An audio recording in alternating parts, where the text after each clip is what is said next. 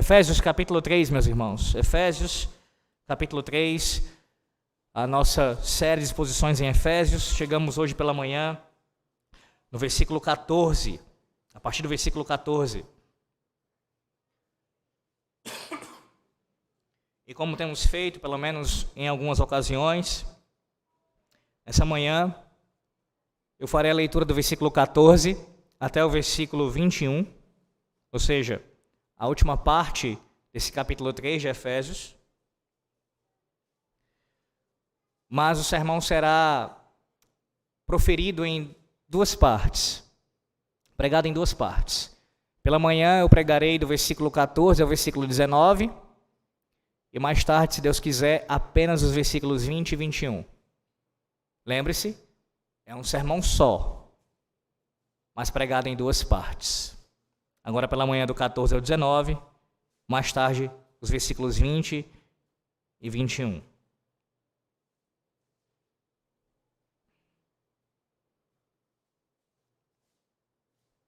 Assim diz a palavra do Senhor nosso Deus. Por esta causa, me ponho de joelhos diante do Pai, de quem toma o nome toda a família, tanto no céu como sobre a terra, para que, segundo a riqueza da sua glória, vos conceda que sejais fortalecidos com poder, mediante o seu Espírito no homem interior, e assim habite Cristo no vosso coração pela fé, estando vós arraigados e alicerçados em amor, a fim de poderdes compreender com todos os santos qual é a largura e o comprimento e a altura e a profundidade, e conhecer o amor de Cristo, que excede todo o entendimento, para que sejais tomados de toda a plenitude de Deus. Ora, há aquele que é poderoso para fazer infinitamente mais do que tudo quanto pedimos ou pensamos, conforme o seu poder que opera em nós. A ele seja a glória na igreja e em Cristo Jesus, por todas as gerações, para todos sempre. Amém. Meus irmãos, uma das melhores maneiras de nós descobrirmos as principais ansiedades e ambições de qualquer crente é analisar o conteúdo das suas orações e a intensidade com que ele faz, com que ele pratica a sua vida, ou ele vive a sua vida de oração. Qual tem sido o conteúdo das suas orações? Qual tem sido? E com que intensidade você tem orado, clamado ao Pai, ao Senhor Deus? Infelizmente, muitos de nós, nessa manhã, poderíamos dizer que tanto o nosso conteúdo como a intensidade com a qual nós oramos tem ficado bastante aquém do que deveria ser. Não é essa a sua realidade? Não tem sido essa a sua prática em toda a sua caminhada cristã? Você ouve e aprende sobre doutrina frequentemente, mas quantas vezes você deixa de inserir essa doutrina que você aprende no corpo da oração que você faz a Deus diariamente? E aí entra outra pergunta: você faz orações diariamente ao Senhor Deus? Além daquelas que eu espero que você faça minimamente, de ações de graças pelo alimento, quando você chega nesse momento. Nessa manhã, meus irmãos, nós iremos aprender que devemos sim orar a Deus, sempre orar a Deus, confiando em seu amor supremo e louvando-o por seu poder soberano. Vou repetir. Você deve orar a Deus. Nós, crentes, devemos orar a Deus sempre, confiando em seu amor supremo e louvando-o por seu poder soberano. Veremos em duas partes, como eu falei. Versículos 14 até o versículo 19, nós veremos aqui a oração que demonstra confiança no supremo amor de Deus, de forma específica aqui no supremo amor de Cristo. Do versículo 14 ao 19, uma oração que demonstra confiança nesse amor, descanso nesse amor. E nos versículos 20 e 21, que veremos mais tarde, a adoração, louvor a Deus pelo seu poder soberano. Volte todos ao texto, observe primeiramente aqui o versículo 14. Na verdade, os versículos 14 e 15, eles servem como uma introdução à oração que o apóstolo Paulo fará. Versículos 14 e 15. E como sempre fazemos, veremos isso por partes. Versículo 14, o seu início aqui, esse início da introdução à oração. O apóstolo Paulo começa dizendo, por esse motivo. Lembre-se que essa expressão, ela é a mesma que o apóstolo Paulo utilizou no início desse capítulo. Veja, volte um pouquinho, capítulo 3. Ele diz no versículo 1, por esta causa eu, percebe? Versículo 14 é a mesma expressão, por esta causa. E qual é a conexão aqui? Se você estava aqui no domingo passado ou se ouviu depois do sermão, você sabe qual é a razão disso. Mas de qualquer maneira, vamos lembrar aos irmãos dessa expressão, qual é a conexão que existe aqui. O apóstolo Paulo, quando começou a escrever o capítulo 3, ele tinha ali o objetivo de fazer a sua oração em conformidade com aquilo que ele acabara de expor no capítulo 2, a saber, acerca do mistério de Cristo, essa revelação do mistério de Cristo. Então ele vai orar, ele vai começar o capítulo 3 nesse intuito de orar ao Senhor em conformidade com o que ele acabou de expor. Contudo, logo na passada do versículo 1 para o versículo 2, ou seja, de forma específica, a partir do versículo 2 até o versículo 13 do capítulo 3, o apóstolo Paulo não faz a sua oração, mas ele faz uma digressão. Uma digressão. Ou seja, ele volta a tratar do mistério de Cristo, como vimos no último domingo, pela manhã e também à noite. E nessa digressão que o apóstolo Paulo faz, que vai do versículo 2 ao 13, ela pode ser dividida pelo menos em duas partes. Do versículo 2 ao versículo 6, o apóstolo Paulo trata de maneira mais profunda ainda acerca da revelação do mistério de Cristo. Ele explica com mais ricos detalhes o que é este mistério. E nós vimos que isso significa a salvação que o Senhor Deus operou por meio de Cristo, de tanto judeus e gentios, trazendo-os a um só corpo, fazendo deles um só povo em Cristo. Essa é a revelação, de forma resumida aqui, do mistério de Cristo. A partir do versículo 7 até o versículo 13, na continuidade da sua digressão, o apóstolo Paulo agora foca na importância, no dever, no seu chamado para a proclamação do mistério de Cristo. Tanto é que ele começa o versículo 7 falando sobre isso. Eu fui feito ministro de Cristo. Em outras palavras, Deus me chamou, Deus me comissionou para anunciar este mistério publicamente. E assim, então, ele passa a falar dos versículos 7 a 13 da importância desse ministério de anunciar o mistério de Cristo. Chegamos ao versículo 14. Agora Paulo, ele retoma o que ele iniciou no versículo 1 do capítulo 3. A mesma expressão. Por esta causa. Então há uma conexão aqui entre o versículo 14 e o versículo 1. E obviamente não apenas entre o versículo 14 e o versículo 1, mas com o que é dito antes do versículo 1.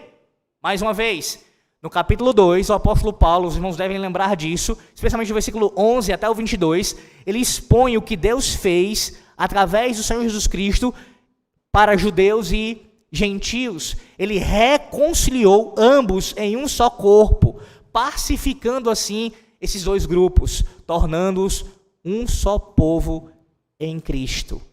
Por que essa ênfase aqui, pastor? Porque por esse motivo, ou seja, a causa, a razão da oração do apóstolo Paulo, que ele fará nesses versículos, está conectada com o que Deus fez por meio de Cristo a nós. Essa é a razão da oração do apóstolo Paulo aqui, meus irmãos. Esse é o conteúdo que vai direcionar a sua oração, que vai preencher toda a sua oração.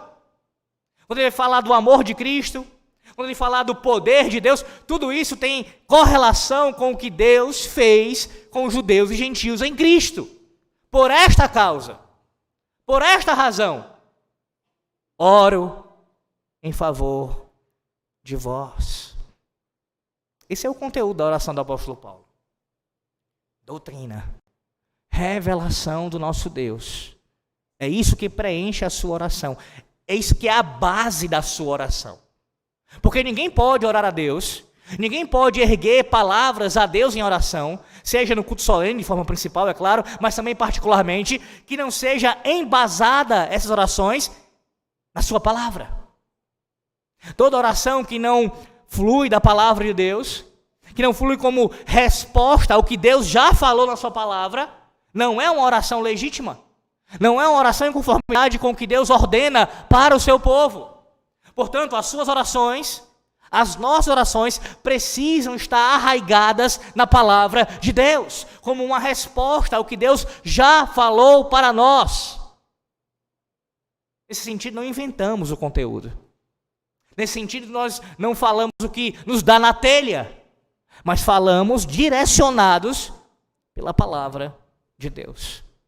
Além disso, essa oração que o apóstolo Paulo vai fazer aqui, esses versículos 14 em diante, ela também é importante salientar para os irmãos o momento em que ela acontece. Observe que ela acontece depois de uma exposição. Mais ainda, do versículo 7 em diante, como eu falei, ele está falando do trabalho do ministro de pregar o evangelho, de proclamar as boas novas. Então, veja a conexão. Pregação e oração.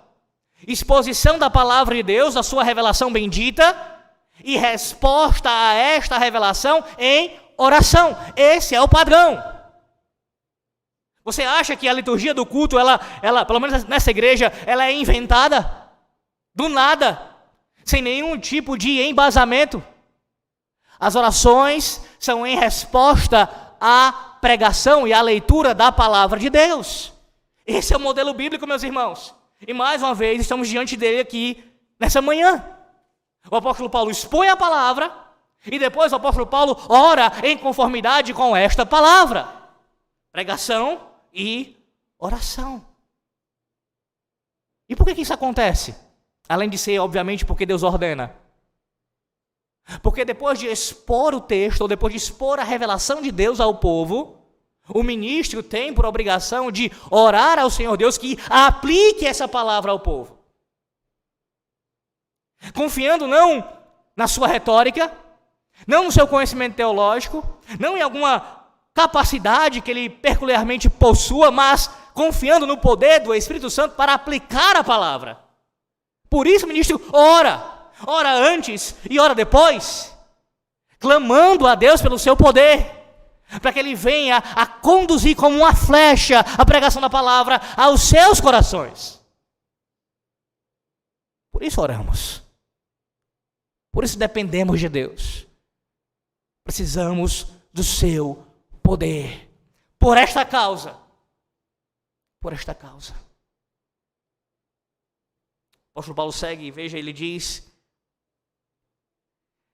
me ponho de joelhos diante do Pai. A expressão que o apóstolo Paulo utiliza aqui, meus irmãos, me ponho de joelhos ou dobro os meus joelhos diante do Pai, é importante nós explicarmos que, biblicamente, não existe uma única posição que nós devemos orar. Deus não prescreveu isso. Deixa eu explicar isso melhor. Não existe uma única posição. Somente oraremos prostrados, ou ajoelhados, ou de pé, ou deitados. Não. Há vários exemplos bíblicos no Antigo e Novo Testamento de homens de Deus, de pessoas orando nas mais diversas posições. Não há uma única posição prescrita pelo Senhor. Apesar de que essa posição aqui, a posição de dobrar os joelhos, ela de fato transmite uma ideia de adoração, de submissão, de reverência, de solenidade, até mesmo de humildade diante da presença do Altíssimo. Tudo isso está assim, incluso aqui nessa nessa postura de dobrar os joelhos em oração. Mas essa não é a única, repito, a única postura que você deve orar ou que você pode orar diante do Senhor Deus. Por outro lado, independente da postura que você estiver diante do Senhor em oração, sempre, como o apóstolo Paulo faz aqui, e a palavra de Deus nos mostra isso por vários exemplos, a oração deve ser feita com reverência. Alguém pode estar orando ao Senhor Deus de joelhos e sendo irreverente, a despeito da sua postura física reverente. Mas o seu coração não está com sinceridade. A sua mente está distante do Senhor. E fazendo aquilo apenas talvez para aparecer para alguém que esteja ali, porventura, observando orar. Então sim, a postura física, ela comunica algo, ela expressa sim uma mensagem, ela tem sua importância. Todavia, você pode orar das mais diversas formas, das posturas variadas, contanto que sempre seja com reverência. Sempre reverentemente. Diante do Pai, dobro os meus joelhos. Alguns exemplos bíblicos disso, você pode lembrar de Esdras, que confessou os pecados de Israel, com os joelhos dobrados, se prostrando diante de Deus. Ou Estevão, quando enfrentou o seu martírio. Ou então o próprio Senhor Jesus Cristo, lá no jardim de Getsemane.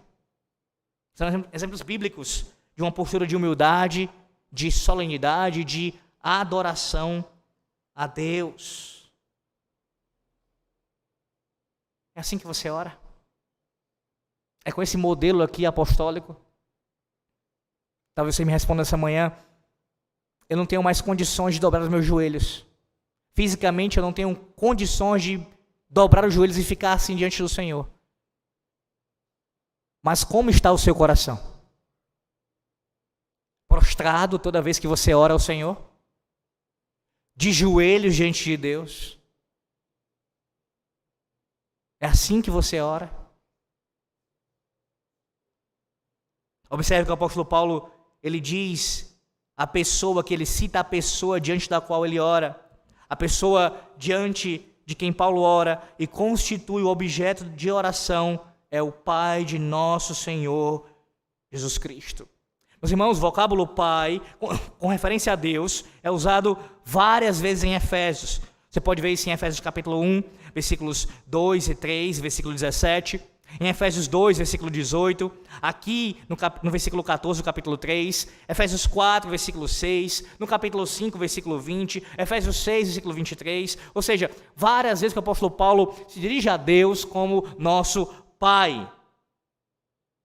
Ele pode fazer isso de maneira convicta, de maneira confiante, porque Deus é o nosso Pai, para nós que estamos em Cristo. Para nós que fomos adotados e recebidos por Deus através do seu único Filho. Somos sim filhos de Deus e assim podemos chegar ao nosso Senhor. Veja, lembre-se o que ele falou aqui no capítulo 3 ainda, versículo 12. Veja, versículo 12 do capítulo 3. Ele diz: pelo qual temos ousadia, ou seja, falando de Cristo, pelo qual, através de Cristo, versículo 12, pelo qual temos ousadia e acesso com confiança mediante a fé nele. Aí no versículo 4 ele se refere a Deus como Pai. Como Pai. Por meio de Cristo nós temos acesso e confiança, ousadia ao Pai. Temos essa certeza, meus irmãos? Não é algo aqui que você possa duvidar de maneira nenhuma. O seu Deus, o Criador dos céus e da terra, o seu Senhor é também o seu Pai. Por meio de Cristo. O que denota intimidade, o que denota para nós também certeza de que seremos ouvidos pelo nosso Pai, ainda que não seja exatamente o que nós gostaríamos de ouvir, mas de fato Ele nos ouve, Ele é o nosso Pai. No versículo 15, o apóstolo Paulo, ele detalha ainda mais a identidade do Pai. Veja aí o versículo 15. Ele diz: de quem toma o nome de toda a família, tanto no céu como sobre a terra. E aqui é importante uma explicação acerca disso daqui, meus irmãos, digo com relação aos termos que o apóstolo Paulo utiliza, porque há um grande debate entre eruditos acerca da expressão aqui usada por Paulo. No caso, eu estou falando da palavra família aí. Alguns entendem que o apóstolo Paulo está dizendo aqui é que Deus, ele é o originador da paternidade, por assim dizer. Como assim? Todos os pais, seja quais forem os pais, todos que são pais porque isso é derivado daquele que é o único pai. E o motivo disso, de alguns entenderem dessa forma, é por causa da palavra que o apóstolo Paulo utiliza no original, que é traduzida aqui como família. No original há um jogo de palavras aqui usado pelo apóstolo Paulo. Primeiro, ele cita o pai, no versículo 14, e em seguida ele cita a palavra família aqui. Mas as duas palavras no original, elas são semelhantes. Eu sei que isso não fica claro para você no português, que pai e família, apesar que você sabe que os conceitos estão correlacionados, mas as palavras em si, elas não são semelhantes, não são parecidas. Mas no original, as palavras usadas aqui pelo apóstolo Paulo, sim, de fato, são parecidas. Por isso há um jogo de palavras aqui. Todavia, meus irmãos, essa palavra aqui que é traduzida por família, em nosso texto, ela ocorre apenas 3 vezes no Novo Testamento. Ela aparece em Lucas capítulo 2, versículo 4, como uma referência ali para indicar que José é da família de Davi. E em Atos 3, 25, Paulo cita 2 textos combinados do Antigo Testamento. Gênesis 12, versículo 3, e o capítulo 22, versículo 18. Também uma referência à família. Ambos ali transmitindo o sentido também de nação. A ideia é que a nação é composta de muitas famílias, todas elas com origem em um único pai. Então, a palavra aqui, traduzida por família, ela, de fato, compreende bem o seu contexto, porque nesses outros textos, em Lucas e em Atos, ela tem esse sentido, e aqui também não seria diferente. Há um comentarista que diz que a melhor tradução para isso daqui seria, na verdade, a família inteira, ou sua família inteira. Dessa maneira estaria em plena harmonia, melhor dizendo, em plena harmonia com o contexto. A ideia é a seguinte: de fato, com palavras que diferem, porém levemente, o apóstolo Paulo nos acaba de dizer que todos os que creem em Cristo, sejam judeus ou gentios, constituem agora uma casa, sinônimo de família. Isso quem está falando aqui, estou citando William Hendrickson. Ele diz o seguinte: não só isso, mas ainda menciona a relação do pai com sua casa ou família. Eis suas palavras: por meio dele, de Cristo, ambos temos nosso acesso ao Pai no Espírito. Assim, pois, já não são estranhos e forasteiros, porém membros da família de Deus. O Pai, de quem a família inteira, no céu e na terra, deriva seu nome, a família do Pai. A ideia é a seguinte: o apóstolo Paulo, com essa expressão, diz que, lembrando do que ele falou no capítulo 2 de Efésios, tanto judeus quanto gentios são da família de Deus, como ele expressou ali no versículo 19 do capítulo 2. E o Senhor Deus é o Pai dessa família, tanto no céu como na terra. Uma referência aqui tanto à igreja militante quanto à igreja triunfante. Lembre-se que quando nós falamos esses termos, igreja militante e triunfante, isso não é uma afirmação de que há 2 igrejas do Senhor, mas apenas uma única igreja.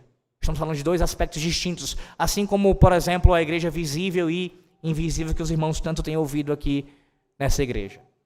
Então, faz parte da família de Deus, aqueles que estão no céu, aqueles que estão na terra, são da família do Pai.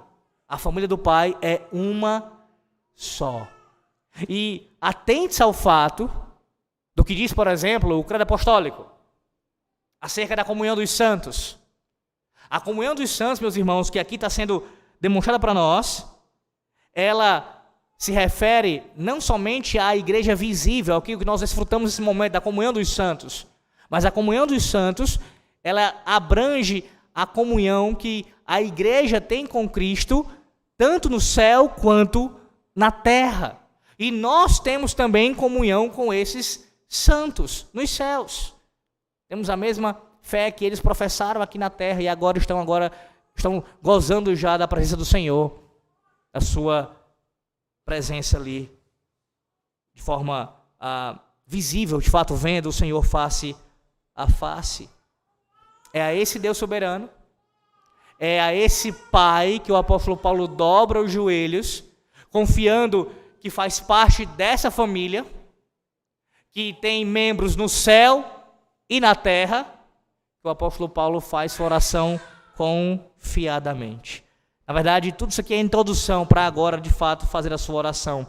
Versículo 16 ao versículo 19. Observe aí o conteúdo da oração do apóstolo Paulo, do 16 ao 19. Começando pelo versículo 16, o apóstolo Paulo diz: para que, segundo a riqueza da sua glória, vos conceda que sejais fortalecidos com poder mediante o seu Espírito. Veja mais uma vez a expressão riqueza da sua glória. Tanto a palavra riqueza quanto glória aparecendo aqui. São palavras que o apóstolo Paulo repete com frequência nessa carta. Aquilo que ele pede ao Pai para que ele faça ao seu povo é conforme, é de acordo com a riqueza da sua glória. É assim que Deus concede aos crentes, ao seu povo, aquilo que nós pedimos a Ele. Segundo os seus recursos abundantes, como ouvimos semana passada. Segundo a sua infinita misericórdia. Segundo a sua graça. E o que Ele pede? Que sejamos fortalecidos com poder. Fortalecidos com poder. Veja, mais uma vez, a voz aqui no modo passivo. Nós seremos fortalecidos. Não há autocapacitação. Nós somos capacitados. Nós somos habilitados. Nós recebemos força e poder do nosso Deus para caminharmos a nossa jornada cristã. Você é totalmente dependente de Deus nesse sentido. Totalmente dependente de Deus. Isso não anula a sua responsabilidade. Não anula de forma nenhuma o fato de que você deve orar a Deus pedindo por isso. Mas quem sustenta você, quem não permite que a sua fé venha a naufragar, quem lhe fortalece na fé, é Deus. É Deus quem faz isso. E observe, isso acontece por meio do seu Espírito. O Espírito Santo de Deus atuando em cada crente individualmente, fortalecendo na fé. Irmãos, que verdade preciosíssima e que é maravilhosa diante dos nossos olhos. Veja, o próprio Espírito Santo de Deus fortalece a nossa fé, nos fortalece em amor, nos fortalece em Cristo, em nossa caminhada cristã.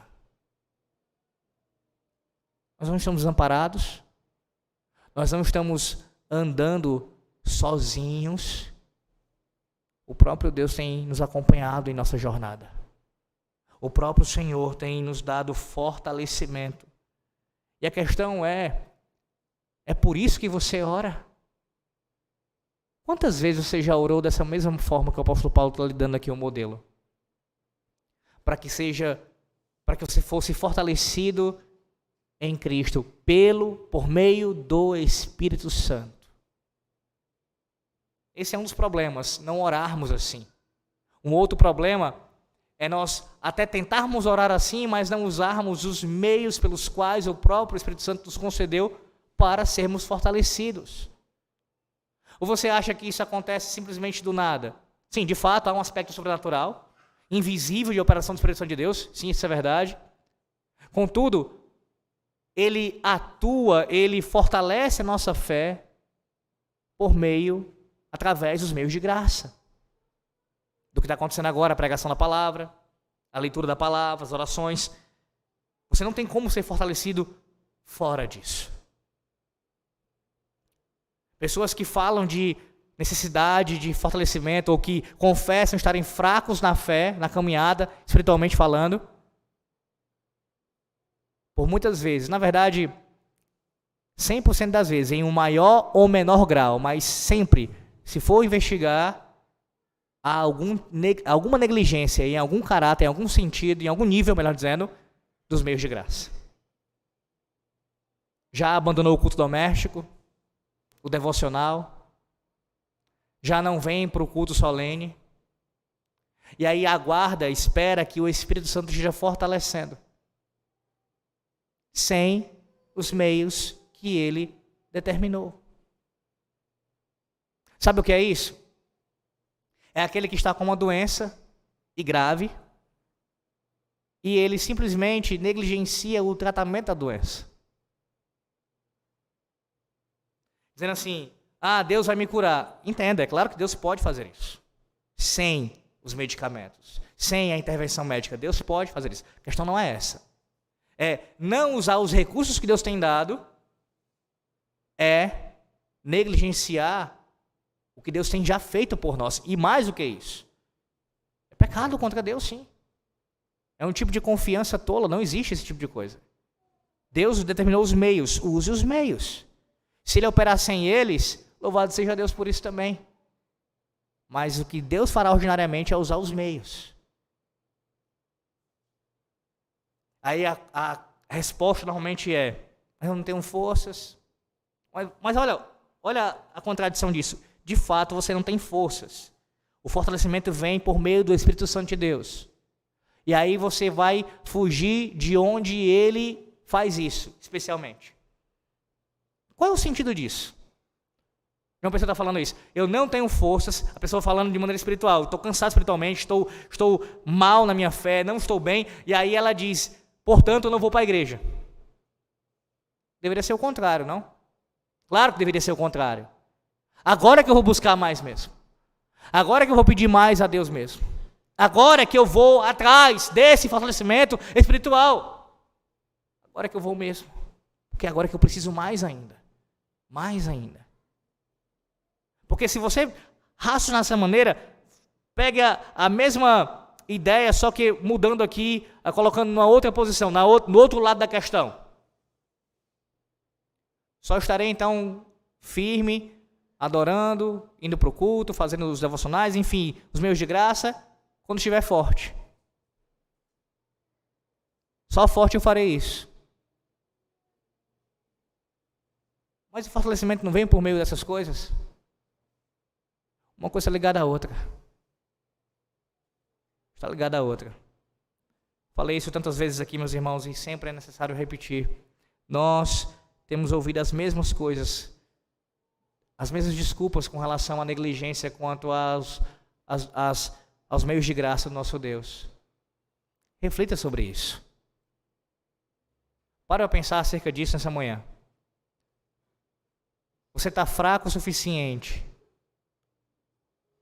para deixar de trabalhar? Tá fraco o suficiente para deixar de participar de entretenimentos e outras coisas durante a semana? Tá fraco o suficiente para não participar de confraternização de família? Porque é só o que nós vemos. Eu estou falando daqui mesmo, de forma específica. Estou fraco, não vou para o culto. Estou fraco, estou mal, estou isso, aquilo, outro. Não, é sempre.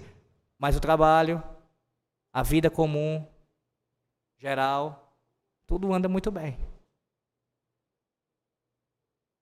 É impressionante como sempre o que a gente quer sacrificar é aquilo que está mais ligado ao Senhor. É a mesma questão do dízimo, das ofertas. A primeira coisa que eu vou sacrificar é o dízimo. Apertou financeiramente, eu não devolvo mais o dízimo. É a primeira coisa que eu faço. É aquilo que pertence a Deus. Tudo pertence a Deus. Mas aquilo que mais especialmente ainda eu devo devolver a Deus. É a primeira coisa que eu sacrifico. A primeira coisa. É o culto solene? Tira. Estou mal, então é a primeira coisa que eu vou tirar. Tira. O trabalho não. Quando eu puder ir, eu vou para o trabalho. Mas o culto sempre. A primeira coisa é aquilo que mais especialmente devemos dar a Deus. A gente coloca de lado. Fortalecimento, eu vou dizer para você. Mais uma vez, se você não buscar isso em Deus, através do seu Santo Espírito, através do que Ele coloca para você fazer, pode ter certeza que essa fraqueza vai de mal a pior. De mal a pior. Você não tem como ser fortalecido se não for assim, ordinariamente falando. Você vai continuar adoecendo, até se provar, e espero que isso não aconteça, mas em alguns casos acontece, de que você nunca foi vivificado por Deus, mas sempre esteve morto em delitos e pecados. Portanto, é por meio do Espírito, meus irmãos, do Espírito Santo de Deus, que o crente deve ser fortalecido com a capacidade divina de agir. E onde isso acontece? No homem interior. Paulo agora especifica que essa devia ser uma força interior em contraste com a força física. Esse termo aqui usado por Paulo, a palavra traduzida por interior, ela ocorre 9 vezes no Novo Testamento. Escute, 6 vezes é usado com o sentido de dentro de um prédio, como quando Pedro estava dentro do pátio do sumo sacerdote, lá em Mateus capítulo 26, versículo 58. Ou quando Jesus foi levado para dentro do palácio, em Marcos 15:15. Quando os discípulos estavam dentro do cômodo no momento em que Jesus apareceu a Tomé, João 20:26. Quando os guardas da prisão relataram que os apóstolos não estavam dentro do cárcere, Atos 5:23. E quando o apóstolo Paulo exortou os coríntios a julgar aqueles que estão dentro da igreja, 1 Coríntios 5:12. São as 6 vezes que se refere a dentro de um espaço físico. Nas outras 3 vezes, Paulo usa interior com relação a uma pessoa.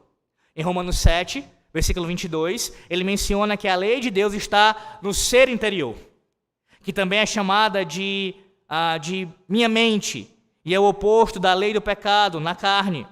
Aliás, mais adiante em Romanos 12:2, Paulo usa essa palavra para exortar os crentes a serem transformados mediante a renovação da mente. Em 2 Coríntios 4:16, Paulo fala que nossa pessoa interior está sendo renovada dia a dia, enquanto nossa pessoa exterior está perecendo, o contraste entre interior e exterior. Portanto, o ser interior é o coração ou a mente do crente, ao passo que o ser exterior é o corpo físico que está definhando. No contexto aqui desse texto, nesse texto que nós estamos vendo agora, é o ser mais íntimo do crente, que deve ser fortalecido com o poder de Deus. Esse ser mais íntimo corresponde, no versículo seguinte, ao coração do crente. Esse ser interior é o objeto da operação de Deus. Tanto em Romanos 7, como em 2 Coríntios 4, Paulo descreve o crente como alguém que, sem o poder de Deus, é impotente. E isso está em harmonia, meus irmãos, com a passagem aqui, que fala da necessidade do ser interior de ser fortalecido com poder por meio do Espírito Santo de Deus. É lá no mais profundo do seu ser que o Espírito Santo trabalha, opera. Especialmente pela palavra, como está sendo pregada agora. No mais íntimo do seu ser. Ele vai lhe santificando, lhe moldando, lhe fortalecendo na fé. Em resumo, Paulo ora para que Deus, o Pai, conceda força aos crentes em Éfeso, de acordo com a riqueza do ser essencial de Deus, com poder ativo, por meio do Espírito Santo, no seu interior. Esse é um modelo de oração para você nessa manhã.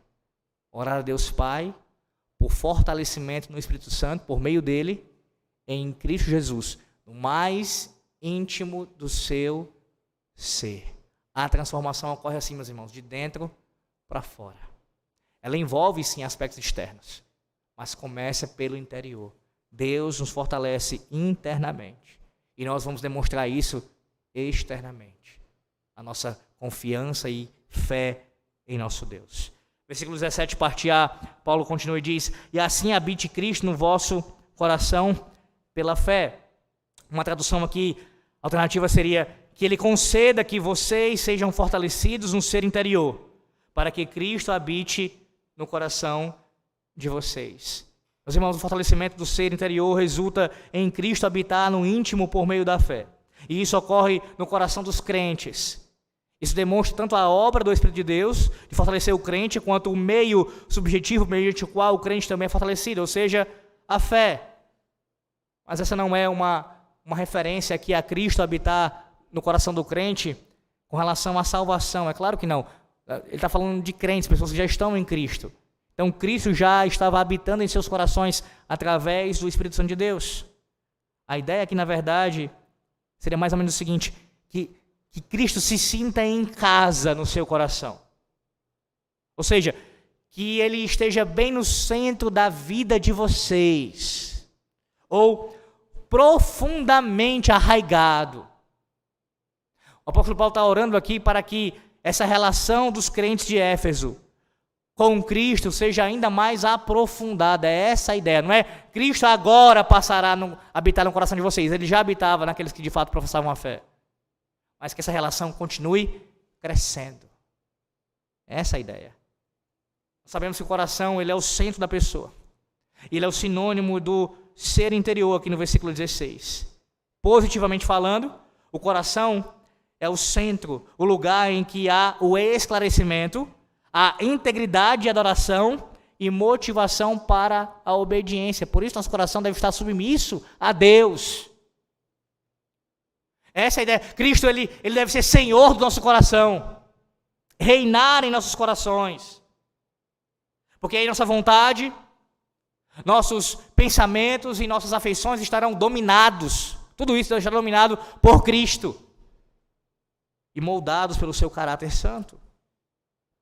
Da mesma forma, de uma perspectiva negativa, a dureza de coração é o contrário disso, meus irmãos.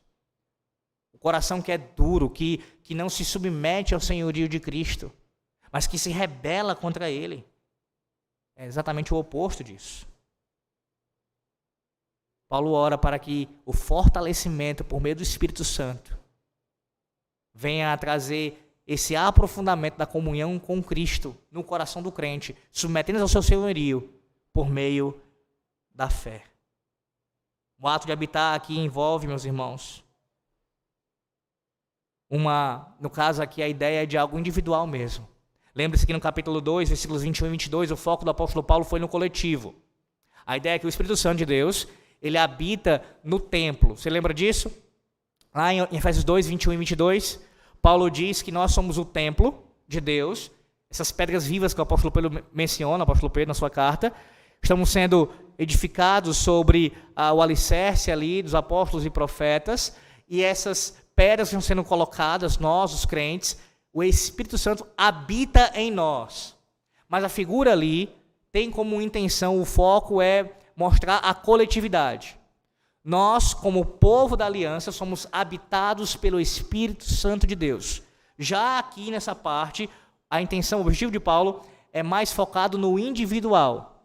Em outras palavras, o Espírito Santo habita em nós como o templo do Senhor, tanto no sentido coletivo quanto individual.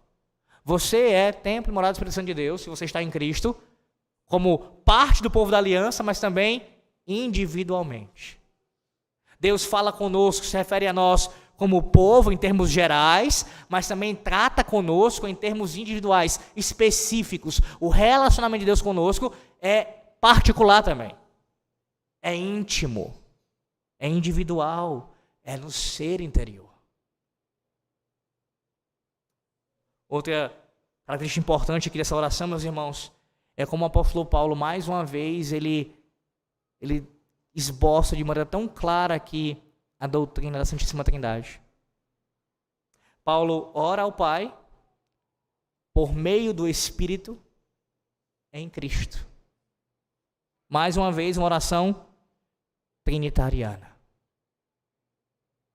Percebe a cegueira daqueles que negam a Santíssima Trindade?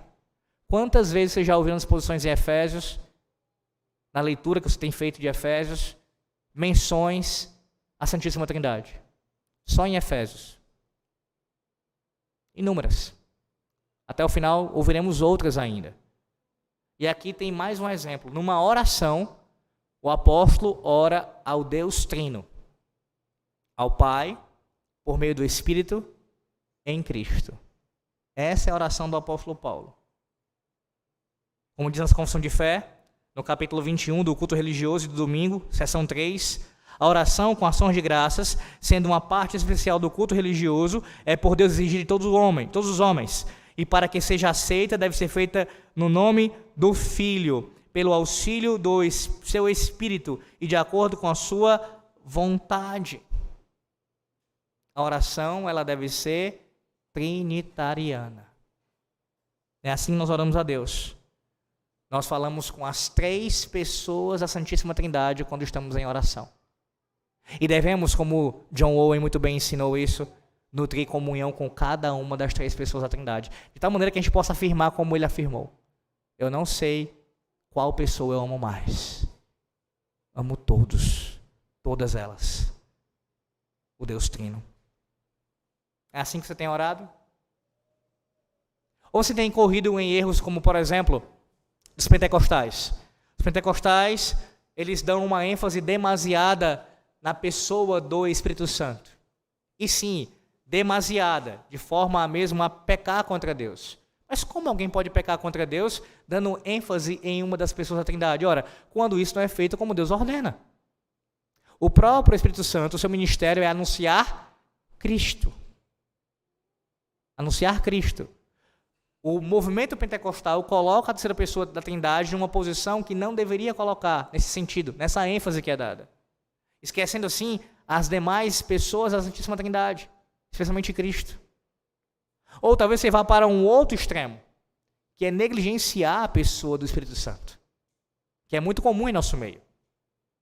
Quando poderíamos aprender que reformadores como João Calvino são conhecidos como, ele no caso, conhecido como o teólogo do Espírito Santo. Isso é uma marca da nossa identidade, nós como reformados. Nós devemos amar cada uma dessas pessoas, orar a cada uma dessas pessoas e ter comunhão com cada uma delas.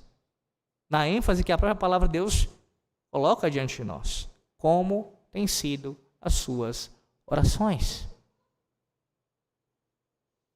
Veja, versículo 17 ainda, parte B agora. Depois de declarar o pedido, o apóstolo agora apresenta o motivo da oração. Ele quer que os efésios entendam o amor de Cristo e assim tenham um profundo amor uns pelos outros. Ele diz, estando vós arraigados e alicerçados em amor. Perceba, mais uma vez, as figuras aqui, as imagens que o apóstolo Paulo está trazendo às nossas mentes. Arraigados e alicerçados. São duas imagens que o apóstolo Paulo já citou em outros lugares, como em 1 Coríntios, por exemplo. Arraigados aqui é a ideia de enraizados, como uma árvore. Nós estamos enraizados em amor. E alicerçados é a ideia de um prédio, ou mais precisamente de um templo, que tem o seu alicerce firme, o seu fundamento colocado. E ali ele está seguro sobre este fundamento. Nós estamos arraigados, as nossas raízes e o nosso alicerce, nosso fundamento, isso é em amor. Essa é a nossa segurança. Amados por Deus, por meio de Cristo, e amando uns aos outros. Assim demonstramos essa segurança que Deus nos dá. Versículo 18. A fim de poder compreender com todos os santos. A ideia aqui da palavra, o significado da palavra compreender, ou melhor dizendo, de poder aqui, é ter força suficiente, ser capaz. Como no caso, a capacidade de restringir as forças da natureza, ou da capacidade de influenciar alguém. E ocorre apenas aqui no Novo Testamento. A ideia é ser suficientemente forte para perceber. Uma força exercida até que o objetivo seja alcançado. Paulo ora para que nós tenhamos essa força para conhecer, para compreender. Compreender. Ele vai já dizer o que é, mas antes disso, veja, com todos os santos. Em comunhão. O crescimento de cada crente ele não ocorre de forma isolada. Mais uma vez, a importância aqui da coletividade. Mas ele é alcançado juntamente com outros crentes. Você tem força, você tem poder, você recebe de Deus isso para compreender, para crescer nesse amor que será mencionado mais ainda à frente, com todos os santos, em comunhão. Mais uma vez, a Confissão de Fé fala do capítulo 26, sobre a comunhão dos santos, seção 1. Todos os santos que estão unidos a Jesus Cristo, sua cabeça, por meio do Espírito Santo e da fé, possuem união com Ele por sua graça, sofrimentos, morte, ressurreição e glória. E estando unidos uns aos outros em amor, possuem comunhão com dons e graças. E são obrigados a praticar os deveres públicos e privados, a fim de se contribuírem ao mútuo proveito, tanto no homem interior como no exterior. Exatamente a linguagem de Efésios. É por meio da comunhão dos santos, com todos os santos, que nós chegamos a essa compreensão. No meio do cristianismo, meus irmãos, na religião cristã, não existe esse negócio de viver de forma isolada. Não existe. Não existe isso. Deus não nos chamou para vivermos assim. E isso tanto com relação a nos isolarmos do mundo, como foi feito no passado e ainda alguns praticam em nossos dias, nos mosteiros, como também isolamento uns dos outros, o que é pior ainda. Como se pudéssemos viver de forma isolada, sozinhos na nossa fé, individualista. Veja o equilíbrio do apóstolo Paulo aqui. Existe o aspecto individual da fé, existe a relação individual da comunhão de Deus por meio do seu Santo Espírito conosco individualmente, existe isso sim, mas isso não anula a coletividade. Vivermos em comunidade, em comunhão uns com os outros, em Cristo. Não é escolher um ou outro, é os dois, para o fortalecimento, para o crescimento no amor, para a compreensão da nossa fé. Além disso, o verdadeiro crescimento não pode ocorrer por associação apenas com alguns crentes. Ou seja, você não simplesmente escolhe e diz, eu só vou andar com esses, que têm a minha mesma condição intelectual, econômica, que eu tenho maior interação, eu só vou andar com esses. E aqui entenda a minha fala. É claro que você terá uma maior proximidade com alguns, a questão não é essa. É você dizer assim, eu não vou andar, não vou falar, não vou me relacionar de forma nenhuma com esses, e somente com esses aqui, porque esses não têm isso daqui que eu quero, que eu tenho, e esses aqui têm. Percebe a diferença? É isolar por completo outras pessoas. Também isso não pode acontecer. Ou seja, olha os graus. Gente que quer andar sozinho, sem nenhum cristão do seu lado, o que é algo terrível, contrário à fé cristã, e outros que, não, eu vou andar sim, mas sendo seletivo. Só com esses aqui. De forma nenhuma, esses aqui eu não vou nem falar. Eu não vou nem cumprimentar. Esses aqui eu não quero nenhum tipo de relação. Também não pode acontecer assim. São com todos os santos. Com todos os santos. Essa comunhão que você nutre, essa comunhão que você busca na igreja, com todos os santos. E aí ele diz, para compreender o quê? Qual é a largura e o comprimento e a altura e a profundidade. Por mais que talvez para você não pareça difícil de entender isso daqui, pelo menos com relação ao que se refere, há um debate sim também com relação a esse texto entre os teólogos para saber a que Paulo estava fazendo alusão aqui. Alguns entendem que isso é uma referência à sabedoria de Deus. Outros terão uma outra resposta para isso daqui. Mas a posição majoritária, e eu creio que está correto pensar dessa forma pelo contexto da passagem, é uma referência ao que Paulo vem falando aqui nesses versículos anteriores, do amor de Cristo, do amor de Deus. Então, quando ele fala sobre a largura, o comprimento, a altura e a profundidade, é uma referência aqui a compreender tudo isso acerca do amor de Deus, do amor de Cristo. Você tem aí na sua tradução cada um desses termos sendo acompanhado por um artigo. Veja, a largura, o comprimento, a altura, a profundidade, mas no original grego não é assim que está escrito. Há apenas um único artigo que liga todas essas palavras. Um único artigo que liga todas essas palavras. Que sim, devem ser tratadas como distintas, mas que têm a intenção de tratar de uma única ideia. Por isso, apenas um artigo no original. E como eu disse, é uma referência ao amor de Cristo. Não podemos aqui fazer piruetas com o texto, aí falar coisas que o texto não está dizendo, como alguns teólogos fizeram ao longo da história da igreja, tentando aqui dar um significado específico para cada uma dessas palavras e fazendo várias conjecturas. Mas se nós pegarmos a própria carta aos Efésios e vermos o que o apóstolo Paulo falou sobre esse amor de Deus para com o seu povo, podemos ver pelo menos algum tipo de conexão aqui. Por exemplo, Paulo descreveu um templo formado por pessoas de onde? De todas as nações e raças. Essa dimensão, meus irmãos, e essas expressões aqui lembram sim uma ideia de um templo, né? Largura, comprimento, altura, profundidade. essa formação do povo de Deus, de várias nações e raças, demonstra que o amor de Cristo, o quão vasto ele é vasto tanto quanto o mundo é vasto. Porque esse amor é demonstrado pelo mundo inteiro, por judeus e gentios. É um amor vasto.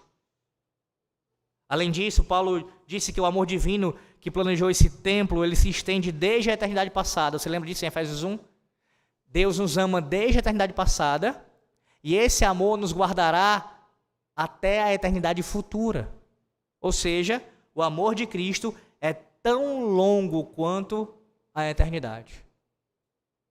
Paulo também retratou esse templo de pedras vivas unidas umas às outras e que se elevam até o céu, onde até mesmo as criaturas celestiais ficam boquiabertas ante a sua glória. O amor de Cristo, meus irmãos, é tão elevado, tão alto, quanto o céu é.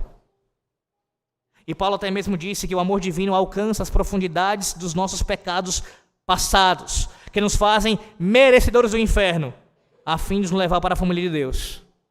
O amor de Cristo é tão profundo quanto o inferno, para nos resgatar de lá e tirar do lamaçal do pecado. Esse é o amor de Cristo. Seu comprimento, sua largura, sua altura e a sua profundidade. Versículo 19. E conhecer o amor de Cristo que excede todo o entendimento. Conhecer aqui tem tanto a ideia de conhecimento teológico quanto mais particularmente um conhecimento experiencial, ou seja, conhecer o amor de Cristo, não apenas quanto à questão intelectual, compreender isso com seu intelecto, mas experimentar isso com a sua vida. Você vivencia esse amor. E aí vem a expressão que excede o conhecimento, que excede todo o entendimento. Parece uma contradição, né? Como pode conhecer aquilo que excede o conhecimento? A ideia aqui é atirar além. Essa é a ideia. E no Novo Testamento é usado apenas por Paulo. Pode ser traduzido como algo insuperável, extraordinário, excepcional. Compreender o amor de Cristo, meus irmãos, está além da nossa capacidade. O próprio fato de que o amor de Cristo se expressou em sua disposição de morrer a favor de pecadores está além da compreensão das pessoas. A realidade do amor de Cristo, ela é assombrosa para todos os crentes.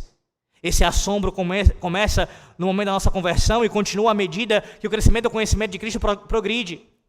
Não importa quanto conhecimento temos de Cristo e de sua obra, se o amor continua excedendo o nosso conhecimento.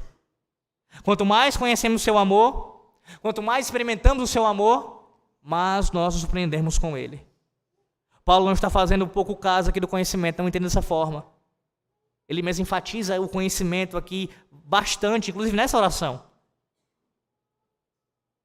Mas ele ressalta que por mais que você deva crescer em conhecimento de Cristo e do seu amor, esse conhecimento do seu amor excede o seu conhecimento.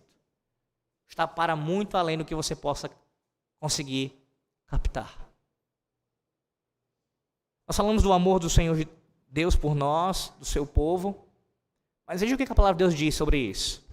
Por mais que ela mesma traga ilustrações sobre isso, figuras sobre isso, nós não temos como mensurar o tamanho e a profundidade e a altura desse amor. Nós não temos.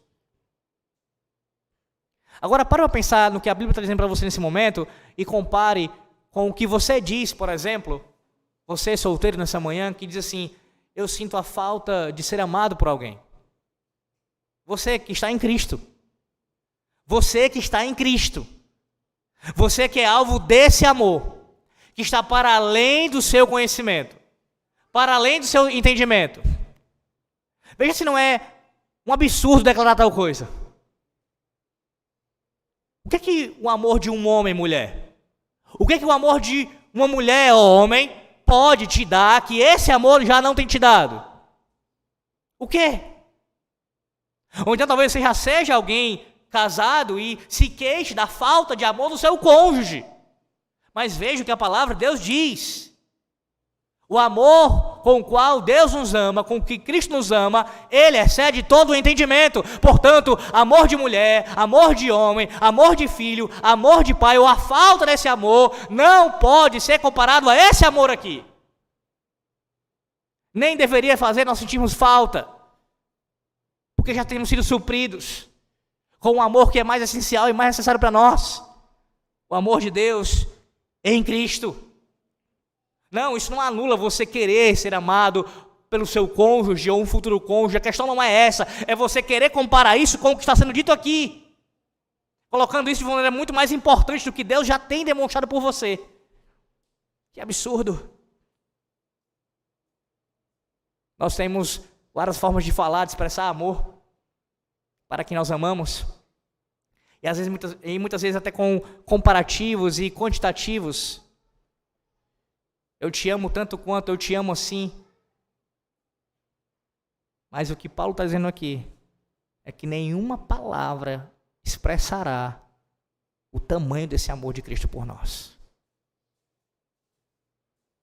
Essa mensagem, pelo menos esse ponto, pode soar para você como algo, espero que não, mas talvez soe para alguns como algo, isso não é focar demais no homem, colocar o homem demais no centro aqui, e até mesmo dar uma base para uma percepção errada. Deus me ama dessa forma, Cristo me ama dessa forma, portanto, haver uma negligência com os seus mandamentos. Não. Cristo diz que aquele que o ama, ou seja, que responde ao seu amor, guarda os seus mandamentos. Guarda os seus mandamentos. Conhecer o amor de Deus, crescer nesse conhecimento, sabendo que está para além da nossa compreensão, não nos conduz à negligência espiritual. Pelo contrário, para aqueles que estão em Cristo, isso vai nutrir ainda mais nossas almas, fortalecer ainda mais a nossa fé, para que continuemos a prosseguir nesse conhecimento e obedecer à sua vontade. Ou não é assim que você responde, por exemplo, a um amor humano, meramente humano? Quanto mais amor o seu marido demonstra por você, assim eu espero, você responde em amor a ele. Por que seria diferente com Deus? Quanto mais amor ele demonstra por nós, mais responderemos a ele com amor. Para que sejais tomados de toda a plenitude de Deus, ele diz ainda. A palavra plenitude, meus irmãos, tem a ideia de completude, totalidade. A ideia de ausência de qualquer lacuna. Em Efésios 1:23, a igreja estava sendo enchida com a excelência moral e o poder de Deus. Veja lá, Efésios 1:23. Paulo também fez uma oração ali, que começou do versículo 15 e foi até o versículo 23. Ele diz no versículo 23, a qual é o seu corpo, a plenitude daquele que a tudo enche todas as coisas. Aqui, ser cheio da plenitude de Deus implica conhecer o amor de Cristo. A plenitude da divindade, meus irmãos, está apenas em Cristo, como Paulo vai falar lá em Colossenses capítulo 2. E apenas por meio dele é que um crente se torna pleno, completo, experimenta a excelência moral, a perfeição e o poder de Deus, como resultado desse amor que ele demonstra por judeus e gentios. De uma perspectiva posicional, estamos já em Cristo, nossa posição é essa, estamos em Cristo, somos um só com ele. E de modo experiencial, porque experimentamos esse amor, devemos demonstrar amor um para com os outros. Lembre-se que o nosso Senhor disse como é que nós seríamos conhecidos como seus discípulos, quando amássemos uns aos outros. Arraigados, isto é, enraizados, e alicerçados, isto é, fundamentados em amor, sendo assim discípulos de Cristo.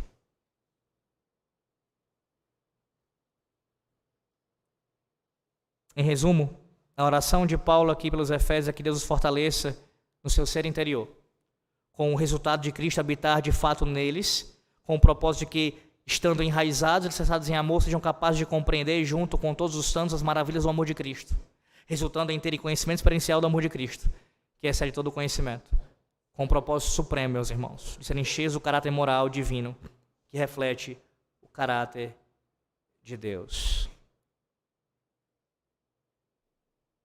O corpo dos crentes deve experimentar o amor de Cristo. Precisamos aprender nessa manhã o quão seguro, o quão grandioso e poderoso é o amor de Deus. Certo comentarista disse, uma igreja dividida, em vez de ser sinal de do poder vencedor de Deus em Cristo reflete a mensagem negativa de uma vitória das forças do mal. E divisões ocorrem exatamente por falta de amor. A Deus, primeiramente, em resposta a esse amor que Ele nos demonstra, esse supremo amor, e ao próximo como nós mesmos. Falta de amor pelo nosso próximo é uma demonstração de falta de amor por Deus, em primeiro lugar. Qual tem sido o conteúdo das suas orações? Qual tem sido? E o quanto você tem orado a Deus? Mais uma vez o apóstolo Paulo nos ensina isso. Em meio a uma exposição da palavra, ele dobra os seus joelhos e responde a essa exposição, a esse conteúdo, com oração. Pedindo a Deus que aplique essa palavra na vida dos efésios, para que possam ser fortalecidos, possam compreender o amor de Cristo e possam assim também ser cheios, plenos de Deus em suas vidas. Essa deve ser a nossa oração nesta manhã. Ainda mais tarde ouviremos o Senhor acerca do louvor devido ao seu nome, também no contexto de oração. Adoração a Ele, exultação na sua pessoa bendita. Mas pela manhã, que guardemos essa palavra, que Deus nos ordena a orar a Ele, confiando em seu amor supremo e louvando por seu poder soberano. Em nome do Senhor Jesus Cristo, amém. Oremos. Ó Deus, nós te pedimos essa manhã, Senhor, que fortaleça a nossa fé. Todos nós enfrentamos dificuldades em nossas vidas, inclusive em nossa caminhada cristã, quanto à nossa comunhão com o Senhor e nossa comunhão com a igreja. E alguns de nós, ó Deus, se encontram fracos, precisando que o Teu Santo Espírito atue, opere lá no íntimo do nosso ser, para que possamos compreender o amor de Cristo, a sua altura, profundidade, a sua largura, o seu comprimento. Sabendo, ó Deus, que excede todo o conhecimento. Pedimos, ó Deus, que sejamos cheios desse amor. Sejamos conduzidos à plenitude. E assim, Senhor Deus, demonstremos amor para com o Senhor, respondendo a Ti, e também uns para com os outros. Molda, Senhor Deus, as nossas orações. Que nossas ansiedades, nossas preocupações sejam colocadas diante de Ti na oração. Descansando em Teu amor eterno, demonstrado principalmente na cruz do Calvário, quando o Senhor nos redimiu dos nossos pecados, com o sangue derramado do Teu unigênito. Ó Deus, nos ajuda a responder assim com fé, por meio da fé, e que possamos louvar o Teu nome e Te bendizer, pelo Teu poder soberano. Aplica a Tua palavra, Deus, em nós. Em nome do Senhor Jesus Cristo. Amém.